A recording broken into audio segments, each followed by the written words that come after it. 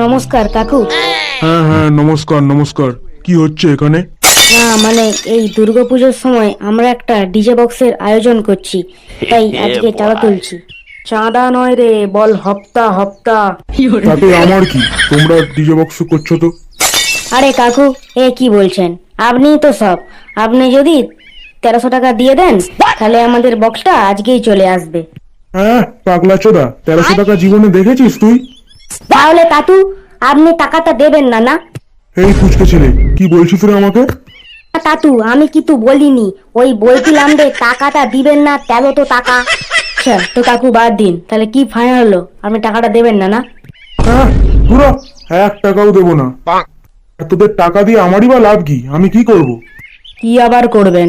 আপনার ঘরে কেউ যদি ছেলে পুলে থাকে তাকে পাঠিয়ে দেবেন, গোলাপ পর্যন্ত মাল খাইয়ে দেবো। ওই ওই, কি বললিস রে তুই এক্ষুনি? কাকু ও কিছু বলেনি, আপনি টাকাটা দিয়ে দিন না, সামান্য তো একটা টাকা। এই ততলা মুখো, তুই চুপ কর, বেশি বক বক করবি না।